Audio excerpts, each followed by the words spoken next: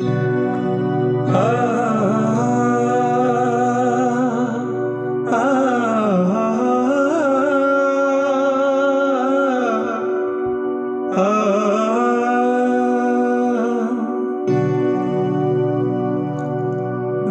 गई ये हो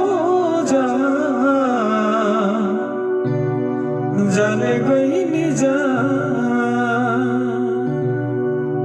प्यार नहीं खे लिखल हाथ के लकीर में, नहीं खुदा कदीर में जा। प्यार नहीं खे लिखल हाथ के लकीर में, नहीं खुदा कदीर में जा। दिल टूटला के कोनो होला ना आवाज हो, फिर कैसे सुनी जमाना। हो जेबू तो सारा के कुछ दिन के बात बा, दिल पगला रोई बन दीवाना।